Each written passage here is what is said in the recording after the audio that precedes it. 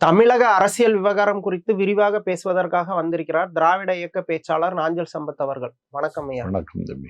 இப்போ பெரியார் மண்ணு சொல்றோம். தமிழ்நாடு என்டிஏ கூட்டணியில இருக்க அதிமுகவை ஏத்துக்கிடுமா? என்டிஏ கூட்டணியில இருக்கிற அதிமுக செய்திருக்கிற ஒரு அரசியல் தற்கொலை தான் என்டிஏ கூட கூட்டணி சேர்ந்தது. என்டிஏ கூட கூட்டணி சேராமல் இருந்திருந்தா அதிமுக திமுகவை எதிர்த்து கேள்வி கேட்டு விமர்சனம் செய்து இயக்கம் நடத்தினால் அந்த கட்சி கணிசமான இடங்களை பெறும். திமுகவை அசைத்து பார்ப்பது ஒன்றும் எளிதான காரியம் இல்லை. ஏன்னா 2,88,00,000 மக்கள் திமுகவில் நேரடியாக நன்மை பெற்றிருக்கிறார்கள். ஒரு நாள் 5 லட்சம் பேர் பயணிக்கிறார்கள் பேருந்தில். பெண்கள் ஒரு கிட்டத்தட்ட 30 லட்சம் பேர் இளம் சிறார்கள் காலை சிற்றுண்டி அருந்துகிறார்கள். முதலீடுகளை ஈர்ப்பதில் குஜராத்தை பின்னுக்கு தள்ளி தமிழ்நாடு இன்றைக்கு முதலிடத்தில் வந்து நிற்கிறது.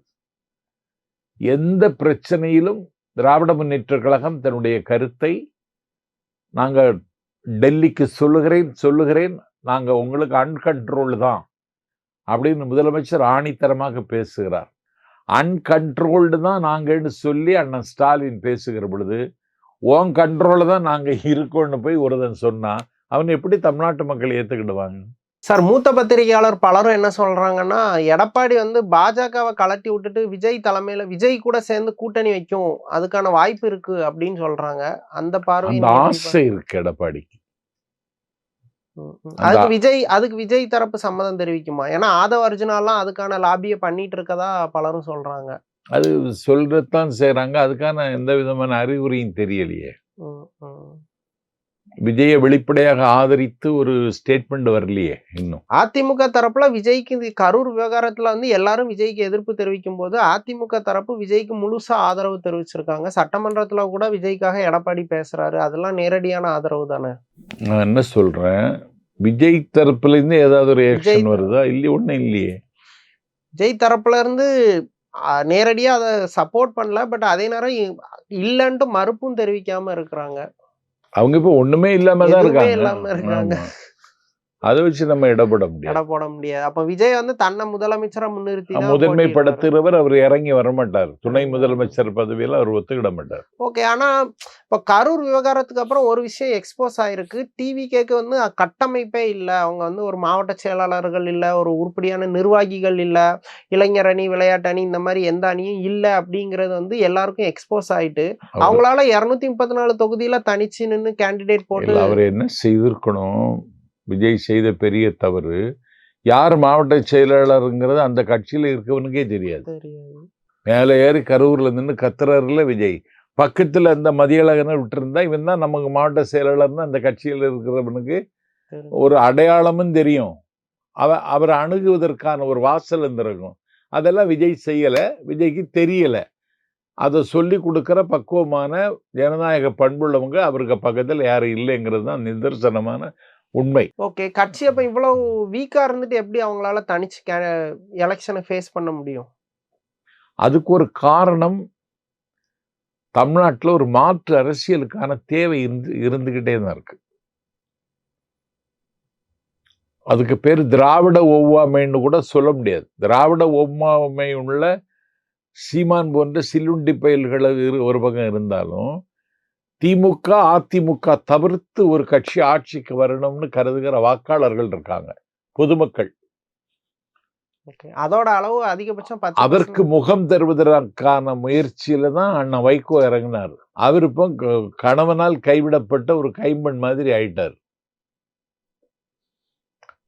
அதற்கு ஒரு வடிவம் தருவதற்குத்தான் ரொம்ப ராஜதந்திரமான காயை நகர்த்தி தமிழ்நாட்டில் 45 தொகுதிக்கு கிட்ட வெற்றி பெற்று 20 நாடாளுமன்ற தொகுதிகளில் வென்று 2 மேயர் பதவிகளை அலங்கரித்து தமிழ் மாநில காங்கிரஸ் என்கிற கட்சி உதயமாயிற்று.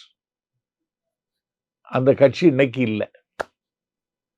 அந்த முயற்சிக்கு முகம் தருவதற்குத்தான் தேசிய முற்போக்கு திராவிடர் கழகம் என்று தாரை தப்பட்டை தமுக்கு சத்தத்தோடு ஆரவாரத்தோடு புறப்பட்டார் கேப்டன் பிரபாகரன் என்கிற விஜயகாந்த் கட்சி கதவை திறந்து வச்சுட்டு எங்களை கூப்பிடுங்கன்னு சொல்லிட்டு இருக்கு.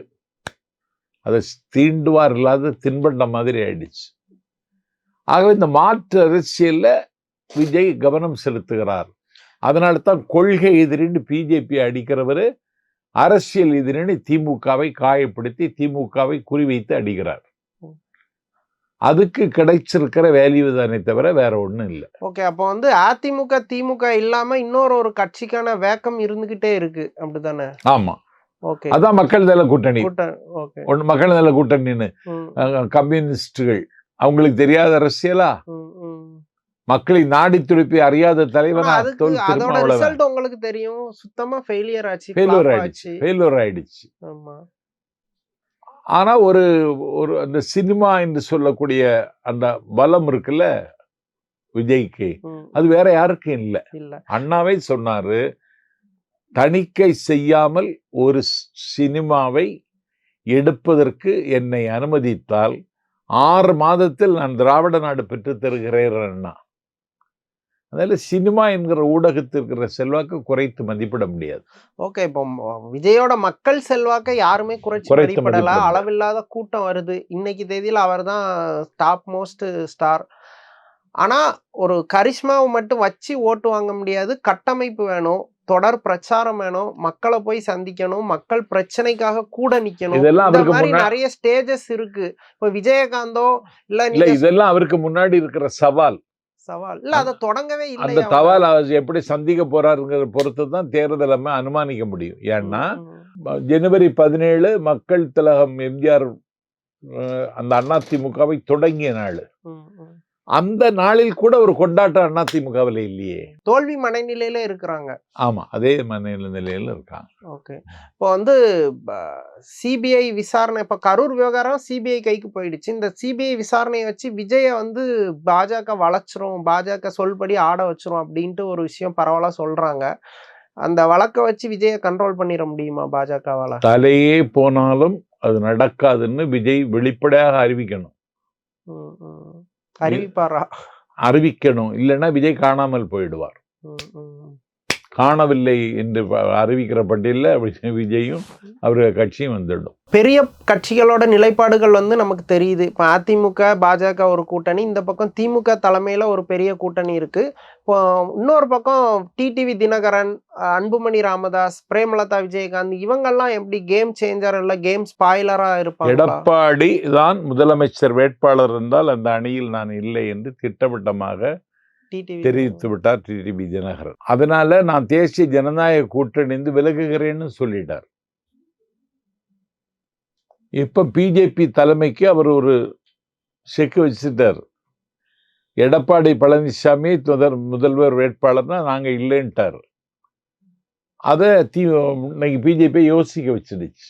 ஓபிஎஸ்ஐ நிராகரிக்கிறார் எடப்பாடி பழனிசாமி. தேசிய ஜனநாயக கூட்டணியில அவருக்கு ஒரு இடம் இல்லை இன்னைக்கு ஓபிஎஸ்க்கு. இப்ப ஓபிஎஸ் நம்ம தான் விரட்டிட்டோம்னு சொல்லக்கூடிய ஒரு குற்ற மனப்பான்மை அந்த பிஜேபி கட்சிக்கு இன்னைக்கு இருக்கு. இன்னைக்கு நீங்க ஒரு செய்தித்தாள்ல வந்த செய்தி, எடப்பாடி பழனிசாமி பிரச்சாரம் எல்லாம் இப்போதைக்கு செய்ய வேண்டாம் என்று பிஜேபி கட்சி அதுக்கு தடை விதித்திருப்பதாக இன்னைக்கு ஒரு நியூஸ் வந்திருக்கு. எதனால? வேண்டாம், நீங்க எப்படின்னு பிரச்சாரம் ஒன்றும் பண்ண வேண்டாம் அப்படின்னு எடப்பாடிட்ட சொன்னதாகவும், எடப்பாடி மிகுந்த வலியோடும் வேதனையோடும் இருப்பதாகவும் இன்னைக்கு ஒரு செய்தி வந்திருக்கு. எங்க போய் முடியும்னு தெரியாது. இப்போ காங்கிரஸ் தேவைக்கா கூட கூட்டணிக்கு போகும், ராகுல் காந்தி வந்து விஜய்கிட்ட இணக்கமா இருக்காரு அப்படின்னு ஒரு கான்ஸ்பிரசி. ராகுல் காந்தி எல்லாத்தையும் இணக்கமா இருக்காரு. ராகுல் காந்தி வந்து அவர் எட்டிய உயரத்தை இந்தியாவில் யாரும் இதுவரைக்கும் எட்டலை. ஏன்னா ஒரு காஷ்மீர் டு கன்னியாகுமரி ஒரு யாத்திரை நடத்தினார். ஒரு இன்னைக்கு 65 லட்சம் வாக்குகளை நீ திருடி இருக்கிறாய் அப்படின்னு பீகார்ல ஒரு வாக்குரிமை பேரணி நடத்தினார். இந்தியா முழுக்க பிஜேபி கேள்வி கேட்க முடியாத இடத்தில் இருக்கிறது என்று கண்மூடித்தனமாக நம்பிக்கொண்டிருந்த மக்களினுடைய நம்பிக்கையை இன்றைக்கு அவர் பெற்றிருக்கிறார். ஒரு மத பயங்கரவாதத்தை கட்டவிழ்த்துவிட்டு இந்தியாவில் ஒரு வெறுப்பு அரசியலில் அழுத்தமாக காலூன்றி இந்த நாட்டினுடைய பன்முகத்தன்மைக்கு பாடை கட்டக்கூடிய பிஜேபியை துணிச்சலாக எதிர்கொள்ளக்கூடிய தலைவனாக இன்னைக்கு விஸ்வரூபம் எடுத்திருக்கிறார். யாரு? ராகுல் காந்தி.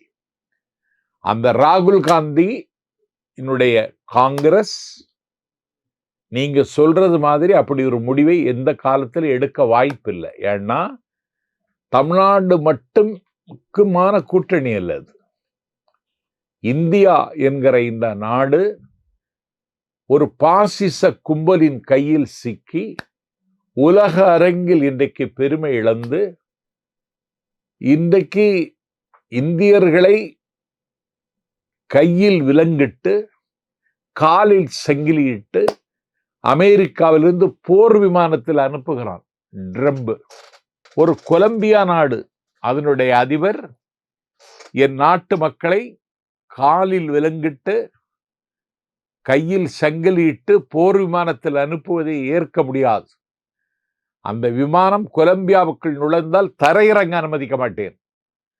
என்னுடைய கொலம்பிய மக்களை நானே என்னுடைய விமானத்தில் மீட்டு கொண்டு வருகிறேன் என்று அறிவிக்கிறார் கொலம்பிய அதிபர். அந்த துணிச்சல் கூட நரேந்திர மோடிக்கு இல்லை.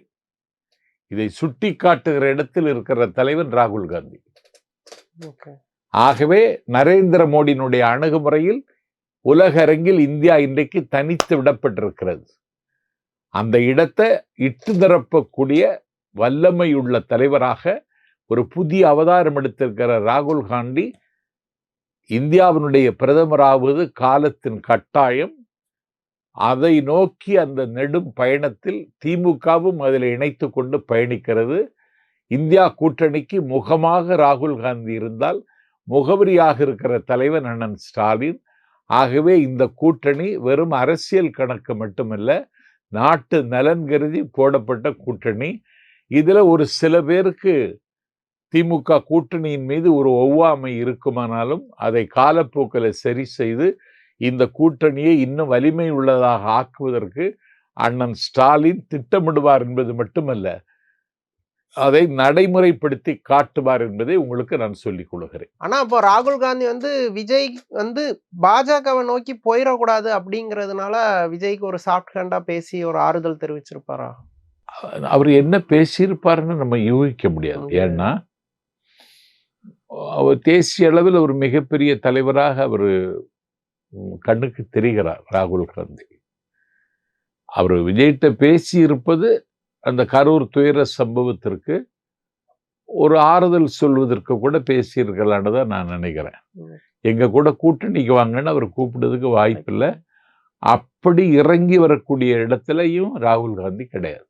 தமிழக அரசியல் விவகாரம் குறித்து விரிவா பேசுனீங்க. ரொம்ப நன்றி. நன்றி.